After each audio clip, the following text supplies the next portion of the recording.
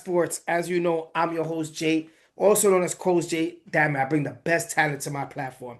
And today I have a phenomenal safety all the way from California on my platform today. Sir, please introduce yourself. My name's Brayden Arnold. I'm from Watsonville, California. So you play safety, pretty much the last line of defense on the defense. Why? Man, so I used to play running back. I loved running down someone's throat, but it's different when you're on that back end and you're that last defensive man. It's me and him. Once he breaks that line and he gets past my linebackers, we're gonna see what he can bring to the table because I like to hit. So No, I saw that. I saw you like to hit. I see that. But I'm backtracking a little bit. You played high school football in California. mm, We do have to bring it up. If you don't want yeah. to, I totally get it. Um, you played in the division was a 5A. Mhm. You gave me more extensive knowledge on it, and I appreciate that. And you played at a higher division in high school. So people understand there's different brackets. There's lower level, and then there's the high level. And Brandon played in the high level. But no disrespect to the college you went to, phenomenal opportunity. You went JUCO, but you could have went at a higher level D1, but you Yes. didn't. Why? Unfortunately, right out of high school, I was actually sending my film out, got some talks between some D1 opportunities. But during summer, I was headed home just from work, and someone ran a red light and totaled my car and like really put my back out of place for sure. So it took me out of the run for being able to go train and practice like I wanted to. And if I'm gonna join a team, I want to be 100% for them. That's very honorable what you did. You didn't take a scholarship from someone and you worked your way to it. Did you feel robbed? Um, At one point, I really did because then I had to go the JUCO route, which I was blessed to go. I was blessed to play here at the University of St. Mary's as long as I get to play the game I love. But at the end of the day, I feel like it's God's plan, and He's always going to put me in the right positions. And maybe I just wasn't right mentally, right coming out of high school. Maybe I need to mature a little bit more, which I had great grades. Um, but I think my football knowledge wasn't where it is now. Gotcha. That's that's a great take. A lot of people wouldn't put a line together to be like, well, I didn't go for just throwing it out there. I didn't go to USC because of the Crocs, and you was like, no, I didn't go because I wasn't ready. I didn't have the IQ. I needed to go to JUCO, so God put me in that path. Do you think going JUCO enhanced your IQ and made you more hungry? Because everybody's fighting for reps in there. Everybody needs film. Oh yeah, no, it made me hungry for sure. It made me really step up my game. I mean, I played for a great defensive coach. Like he sent guys to the NFL. Being at a D1 college, coaching there. So I knew I can make it because he even said at first, like, "Nah, you got that." But also a big thing was size. I came in JUCO at 135 and playing Mm, safety, going against guys at 200, 205, 215. It was a challenge. I would still get them on their back, make sure I secured the tackle, but I wasn't making those big body hits at 190 that I'm doing now. gotcha. Damn, 135, you was light. I was really light. Um, if you're 135, and this just came to my mind, and you're playing safety, did you ever think about crossing over to the light? Because they say football's the dark side, and just crossing over to the light and playing the offense versus going sticking on the dark side and doing defense. I did, but in the end of the day, I mean, like I said, I could play running back. I played running back in high school. I was scoring left and right. I'm fast. I run about a 4.4, so like I'm pretty quick under my legs, being only 5'8". So Mhm. that speed really helped. But my defensive knowledge, my ball hawk knowledge. I mean, I got a 97-yard pick six my senior year of high school, broke the record since 1960. Like I made sure that no matter what challenges I faced, I was still going to come in there 100% and challenge anyone that was bigger, stronger, faster. It didn't matter. You line up against me, and it's me and you. We'll see who wins in the end of the day. That's what's up, man. I give you a lot of credit for that. You In high school, you expressed to me that your team went on the road and played people. Yeah, so we only scrimmaged De La Salle. It was only a scrimmage. I mean, we got whipped. I ain't even gonna lie. But it was a great opportunity to see better competition right out of high school. So when I went to JUCO, going against guys that are D1 bounce backs, going against bigger competition, I've seen since high school. Gotcha. You said JUCO. I want to talk about your JUCO experience for some time. You said you had D1 bounce backs.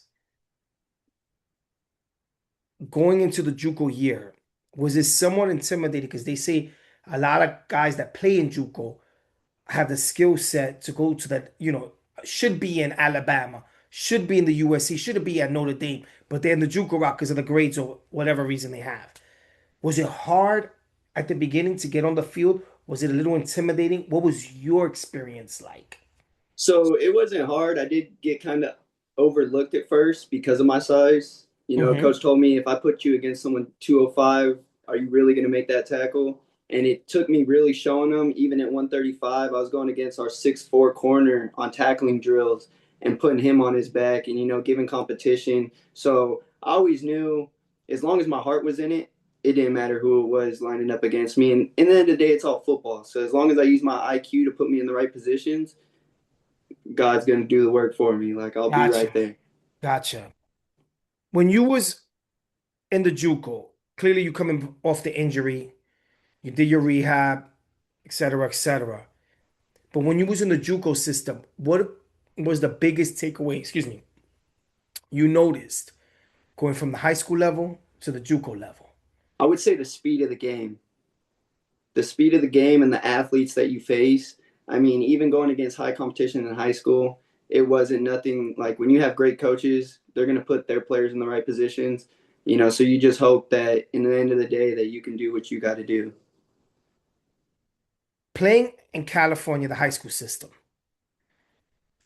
they say it's like the high school teams are like a college team. It's like a kind of like a college atmosphere. The weight room is different than, someone in a lower level division. You know, I had one guy, you already agree with me, like, yeah. So one guy told me, he said, Jay, I went to, I was playing in Texas, and when I was playing, it was like 15,000 people going. I go JUCO, we lucky we have three. How was the attendance like, and what was the biggest drop off going from high school to JUCO?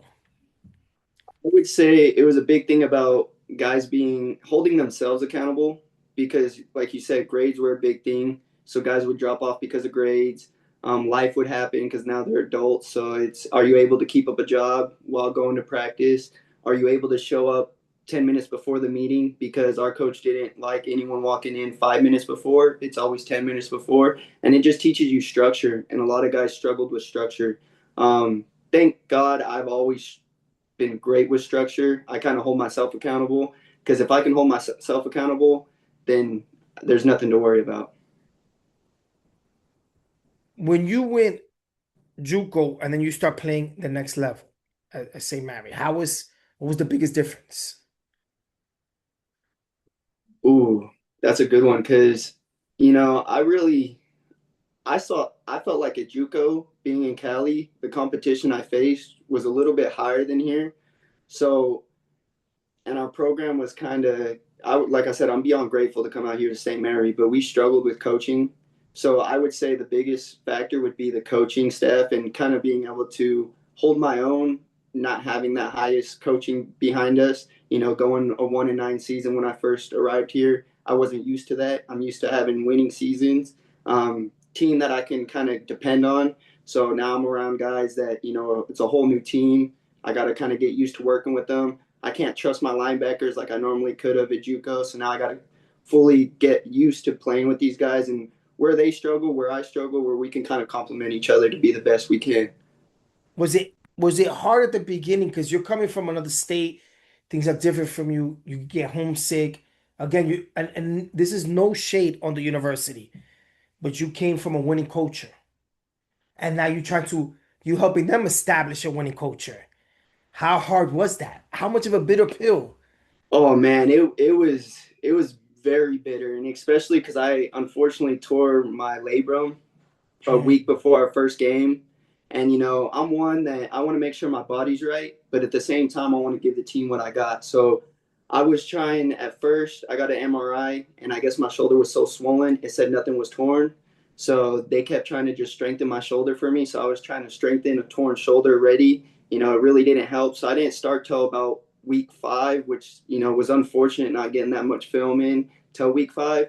But I was beyond grateful. I got 2 interceptions, a goal line stop. I had 16 tackles my first ever game, and man, my game gave us the win. We were only up by 1 touchdown with a minute left on the clock. They tried to go deep, picked it, got the ball back to their 20, and put our team in the position to get our first win. how was that feeling like? Oh man, I mean, coming to the new program, I've been telling people I could ball, and not being able to really prove myself. It was a great moment because it was my dad's birthday. He flew out from Cali, so to get him that interception, unfortunately, my buddy just passed away about a week before that, I'm sorry. and he was supposed to come out and play with me out here because I was already introducing him to the coaches, trying to get him an offer. Because I would just love to see my guys play at a bigger program too as well. And like I said, no hate to this university. I'm beyond grateful for being here. It's not the best university for football. Our track team's very known, but I just wanted to get them a better opportunity to play, so I was willing to get him out here. So it was a big thing to get one for him and one for Pops that day. Yeah, gotcha, gotcha. And again, we're not throwing shade on it, but No. with the transfer protocol, with the NIL deals, universities like St. Mary get affected because Mm-hmm. the talent that should have went there is not because they're going somewhere else now. So but they are trying to build their program up Oh yeah. by you getting that pick six, by you kind of raising the standards for them. You said you won one game that year, and the next year you won three. That's increasing, you know. Um, but you did get film, and that's the most important part. In saying that you can't, damn, it's like you coming from a winning program. How do you maintain that level and calmness and level-headed, not to like crucify someone that's really never played football like that or play at that high level?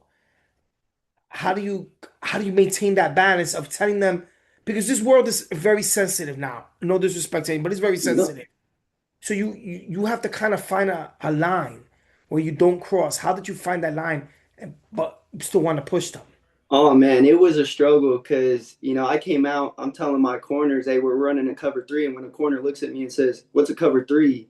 Now I'm in shock. Like, wait, we can't even, like we don't know general coverages. Like, so it was a big shocker. And at first, I got really frustrated. Like, I didn't take it out on no one, but as soon as I got to back to the room, I called my dad.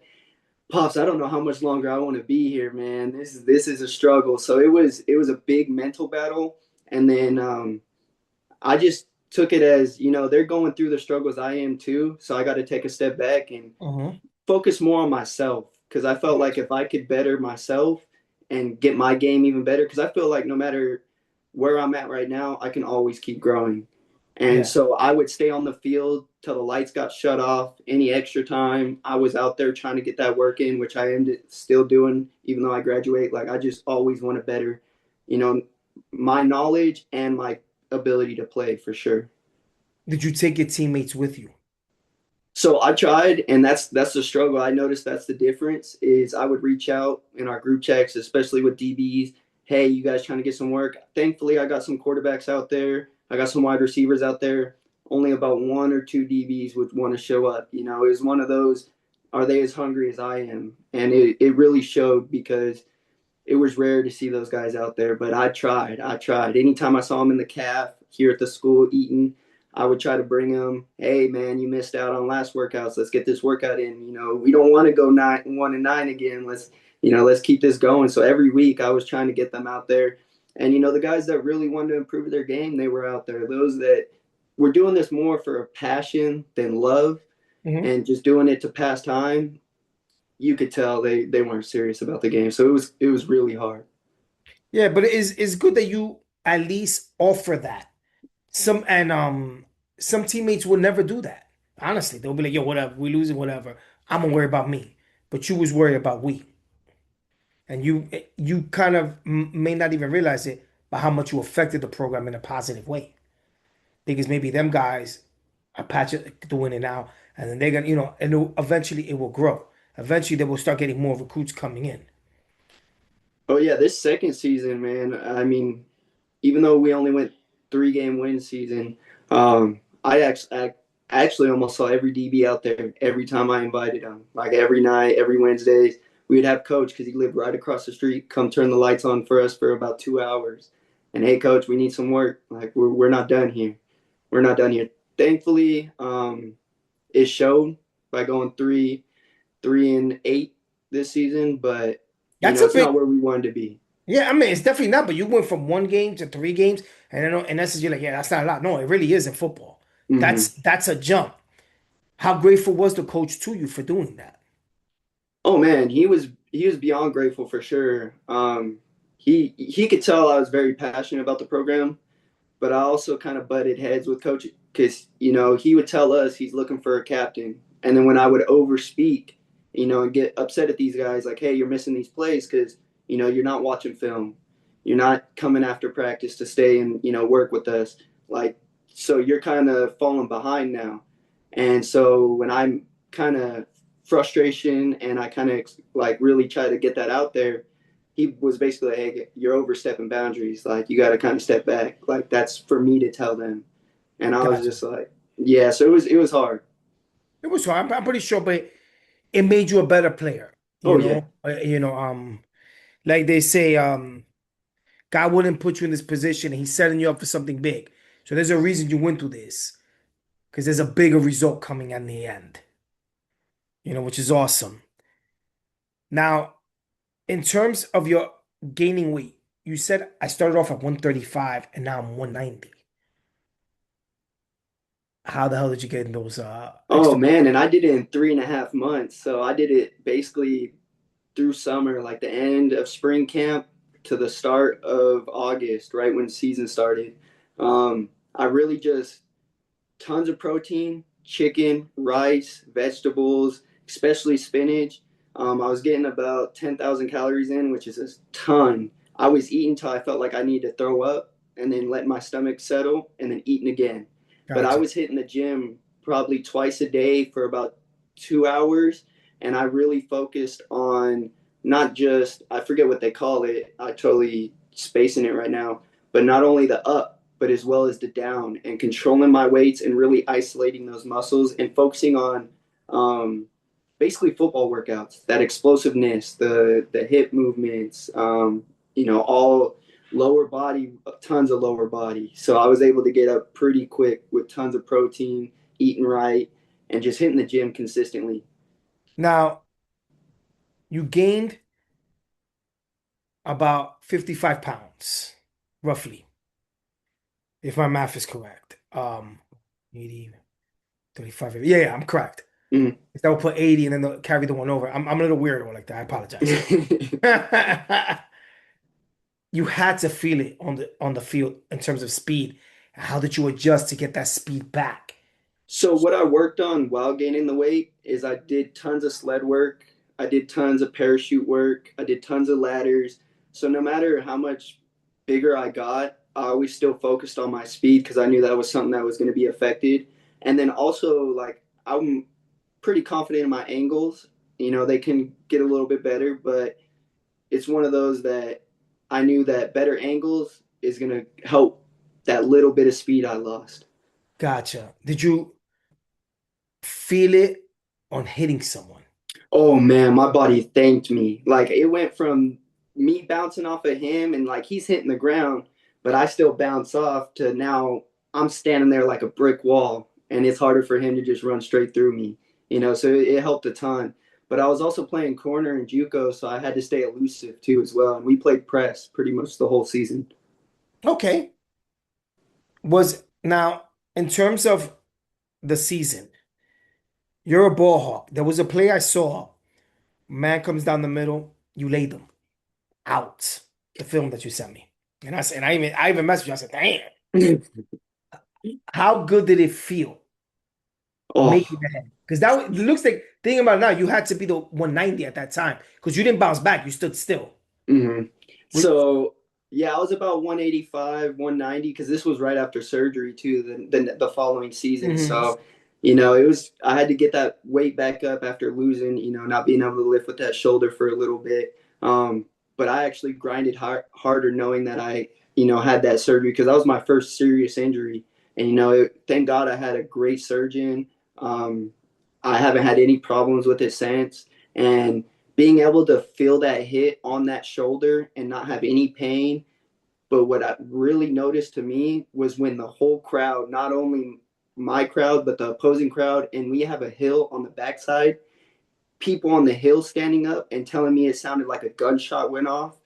Man, that was the best feeling. That was the best feeling is like watching everyone's reaction. And Because, then seeing their faces. oh, yeah, and I got told that, you know, that's the hardest hit they've seen at St. Mary's, like You, to this day.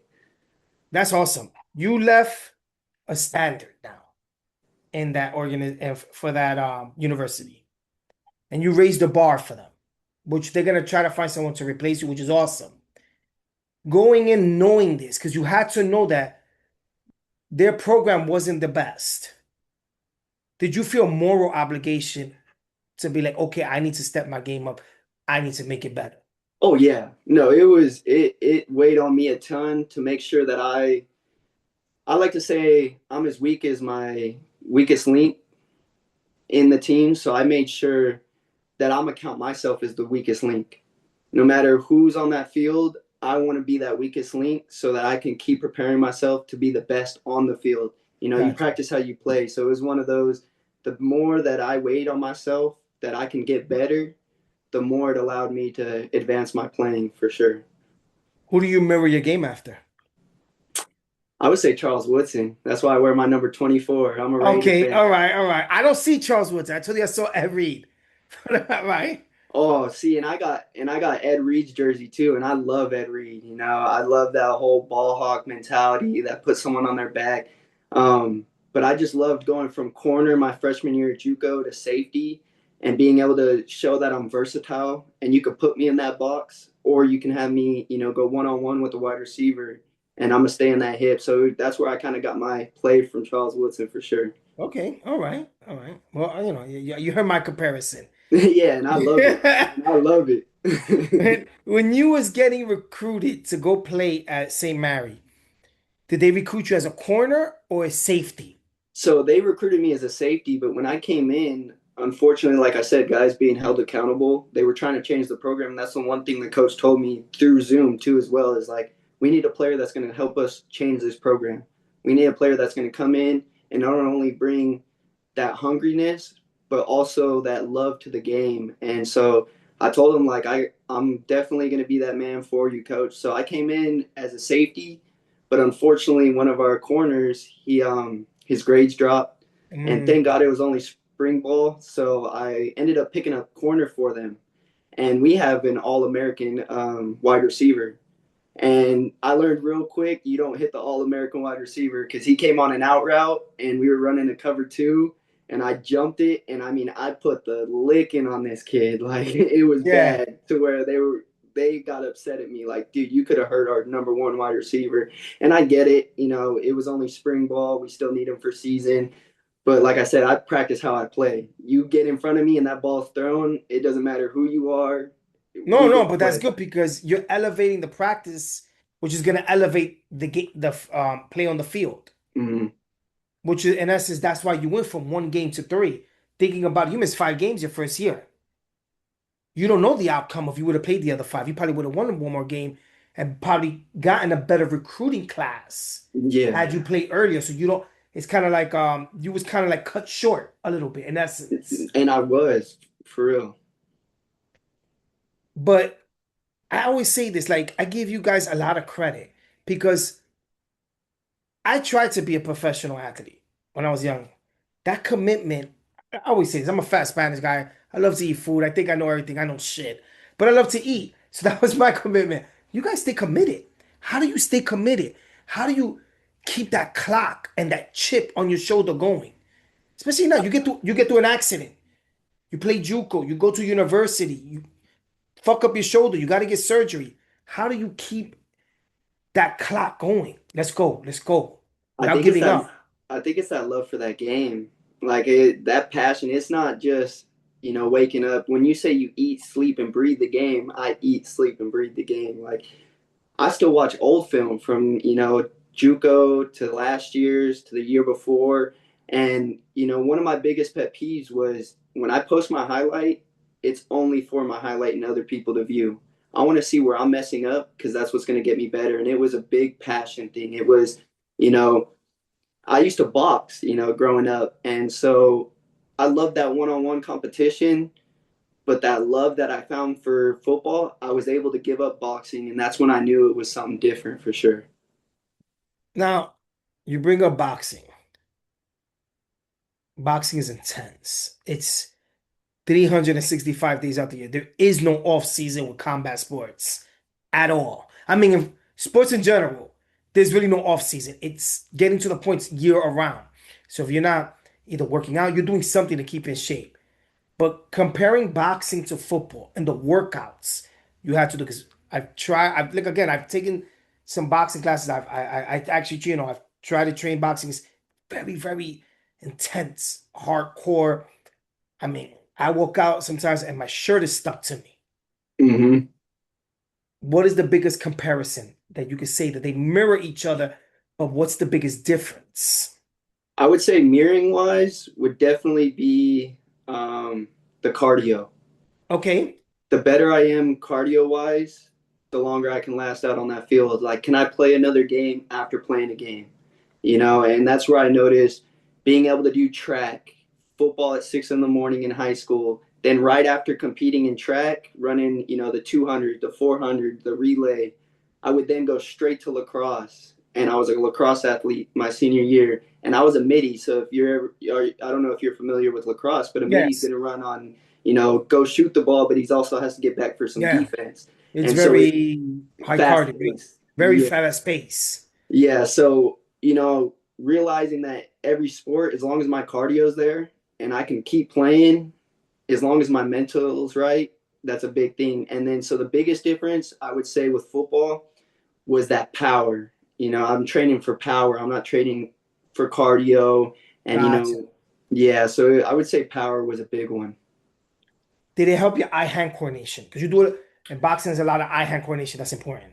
Oh man, I don't even know how to explain it. It helped so much. Like it helped so much, especially tracking down that ball. And I'm 5'8", so covering a guy that's 6'2", 6'4", being able to be in the right positions and know how to get my hands up, where to get them up, how soon I need to jump. That high hand-eye coordination was a big thing for sure. Did you because we discussed privately, you're a basketball fan. Did you kind of you playing safety against a 6'4" guy, you're 5'8", kind of had to use I'm not again, I'm gonna say this. It's Mhm. only for the field, so people because they're gonna make fun of me what I'm about to say. It's only for the field. Did you kind of use the Dennis Rodman theory? I'm gonna use the tip of the ball and I'm gonna Yeah. tap it out like me. Yep. Because Dennis So Rodman's my the greatest rebounder of all time. But the yep. guy's only 6'7".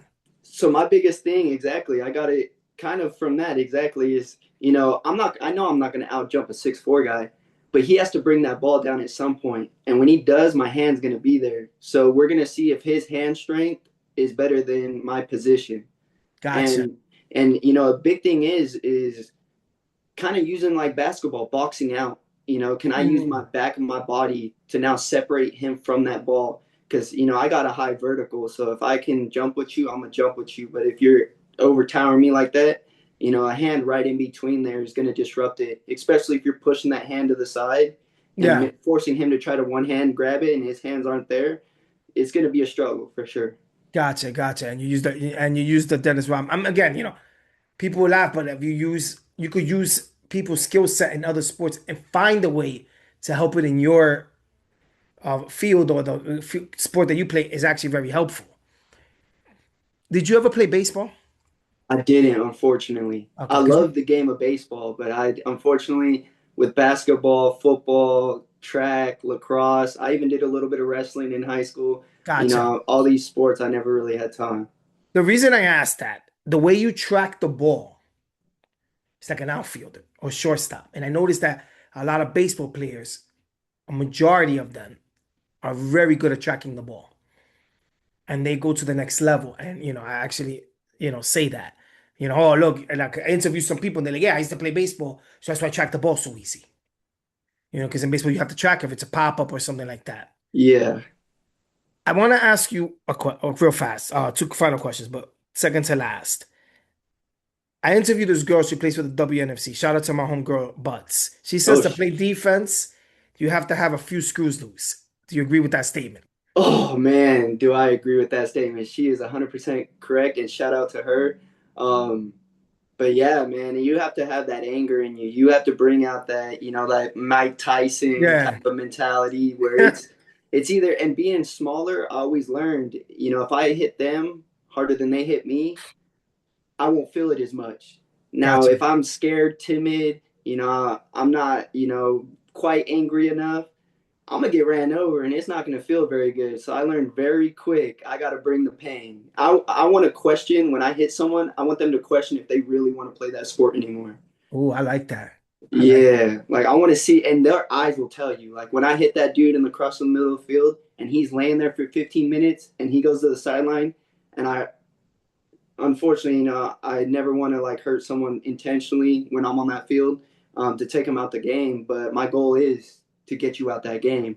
And so I have his buddy I was playing with at the time that was a tight end told me that he ended up messaging him and he had to go to the hospital because I broke two of his ribs when I hit him that hard. Wow. Yeah. I mean, I So get it. You wanna let them know I'm yeah, here. You come down the middle. This is what's gonna happen. yeah. You're not trying to kill them. You're letting this. Look, man. This is no disrespect to any sport. This is a full contact sport. You're gonna get hit if you play. Mm-hmm. Everybody gets put on their ass. It is what it is. Oh, Now, final question of the day. Give me your top five safeties of all time.